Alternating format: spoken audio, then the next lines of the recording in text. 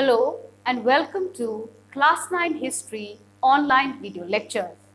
Dear children, in my last lecture, I had started with the Mughal Empire and its sources.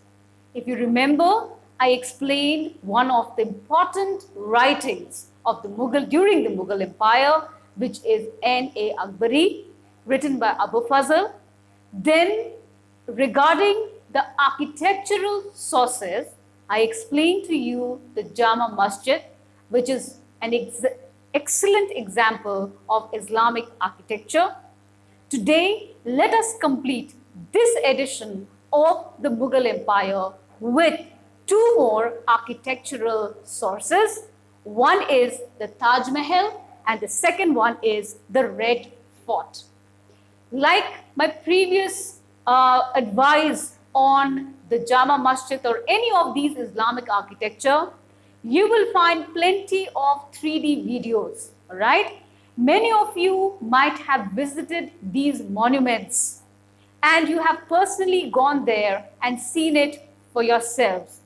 But for those who have not yet visited these areas, I think the simplest method to view these important and marvelous monuments is to just check up the link in YouTube and you will get plenty of 3D videos. So let us begin with the Taj Mahal. You can see a picture of the Taj Mahal. Most of you must have already visited Agra and seen the Taj Mahal. We all know that it is listed under one of the 7 wonders of the world. And as Indians, we are very lucky that one of the 7 wonders is very much located in India. So let's look at the architectural features of the Taj Mahal. The most important and magnificent monument of the Mughal age is the Taj Mahal, built by one of the emperors, that is Shah Jahan, in loving memory of his favorite wife, Mumtaz Mahal. That is why most people see this as a symbol of love. It is a symbol of love and is one of the 7 wonders of the world. It was designed. Everybody knows who it is built for. Everybody knows who built it.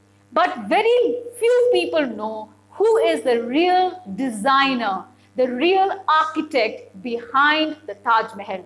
So today, for you in your textbook, page 253, textbook page 253, the name of the architect is mentioned. It was designed by Ustad Isa and it took 22 years.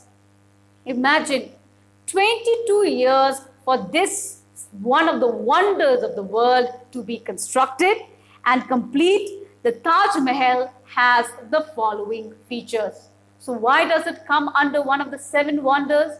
Why are people from all over the world having this one wish of visiting the Taj Mahal? Why, in India also, people dream to visit this place called Agra just to see the Taj Mahal? It is because of the following reasons. First, it is made of pure white marble. This is the beauty of this monument. Pure white marble, a red sandstone, and it is situated on the bank of the river Yamuna. And it is said that on a moonlit night, on a full moon, night, the Taj Mahal used to sparkle, It used to shine so bright because of this pure white marble. Next, it is placed within a garden outside. If you just go a little bit outside, you will see beautiful, well-maintained gardens, huge gardens, and has a rectangular court enclosed on all sides except at the front side. The mausoleum, even though this is a symbol of love, even though this was built by Shah Jahan for his favorite wife Mumtaz Mahal, yet it is a place where the graves are kept. So therefore it becomes a mausoleum, In Urdu it's called a maqbara, that means where the graves are kept. Stands on a marble platform and is approached by 2 flights of steps.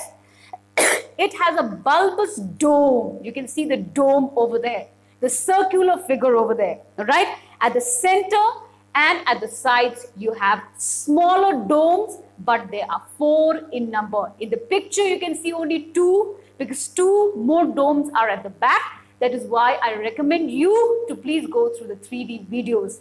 So there is one central dome which is very big in size and 4 smaller domes at the side. Then we find here each corner of the monument has a minaret. You will see the minars in white marble. It has 4 stories and surmounted by a dome. So again, if you just look at the picture properly, you will see the minarets. Last time we did the Qutub Minar, right? These tall pillars. So these minarets you can see are 4 in number. The facades are rectangular with huge arched alcove. Again, another typical feature of Muslim architecture is the arcs. And you can see here in the picture, you see these arcs and they are very high, very, very tall. And you will see other smaller arcs as well. The whole monument is richly decorated with floral designs. It is said that there were flower motifs, flower designs, and each petals of the flowers, all right, were sort of stoned with all these precious, we had all these precious stones, precious and semi-precious stones were used so that they used to shine at night. So all these floral motifs can be found, and calligraphy, you had this style of writing calligraphy, it's there on the doors, it's something written in Arabic, and then you also had the precious stones. That is why all these features makes it one of the wonders of the world. Next is Red Fort, Delhi. Red Fort, from where on the 15th of August the Prime Minister addresses, all right, all the citizens of India. Look at the importance of Red Fort now. Why is it called the Red Fort? The Red Fort was also built by Shah Jahan between 1638 to 1648. So it took almost 10 years. Taj Mahal took 22 years. Red Fort took almost 10 years to complete. It is called the Red Fort because it is made up of red sandstone. This is the materials that were used. Taj Mahal is pure white marble and sandstone. Then when it comes to Red Fort, it is red sandstone and also marble is used. The shape is parallelogram. That means it is almost like parallel on 2 sides. Rectangular shape, but sides, 2 sides are parallel to each other.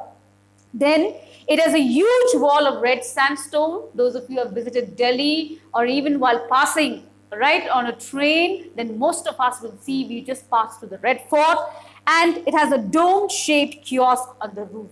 Again, another Islamic architecture. It has 2 main gateways. One is the Lahori Gate, and which faces the Chandni Chowk, and the other one is the Delhi Gate in the south. Then the gates through a wide passage lead to a courtyard. We have beautiful gardens, spectacular buildings, all arranged in squares and rectangles. So the geometric, all right, shape that has been chosen for this particular monument is either parallelogram, either rectangle, or either square, solid shapes. The buildings include a Darbar Hall, which is Diwan-e-Aam and Diwan-e-Khas. Diwan-e-Aam is for the public, Diwan-e-Khas is for only important people. The Diwan-e-Khas is said to be the place where the peacock throne was placed and used by the emperor and the royal family as a public audience hall. So all the grievances, all the meetings, if there was anything that was to be decided between the emperor and his subjects, was all done in the Diwan-e-Aam, all right? And it had a beautiful throne on which the emperor used to be seated, known as the peacock throne, adorned with lots of jewels. Next was inside the building, there is a canopied platform made of white marble. Originally, it was inlaid with precious stone. So we can imagine, all right, the worth of this monument, because as it is, it's huge, all right, gigantic, but at the same time, apart from the materials used, precious stones were also used to decorate the building. Every year on Independence Day, the Prime Minister addresses the nation from the ramparts of the Red Fort. So when important functions are taking place in India, we always see the Prime Minister, right, unfurling the national tricolor on the 15th of August, all the VIPs lined together, everything happens from the Red Fort. So with these two architectural sources, we complete our chapter on the Mughal Empire. Thank you very much for watching.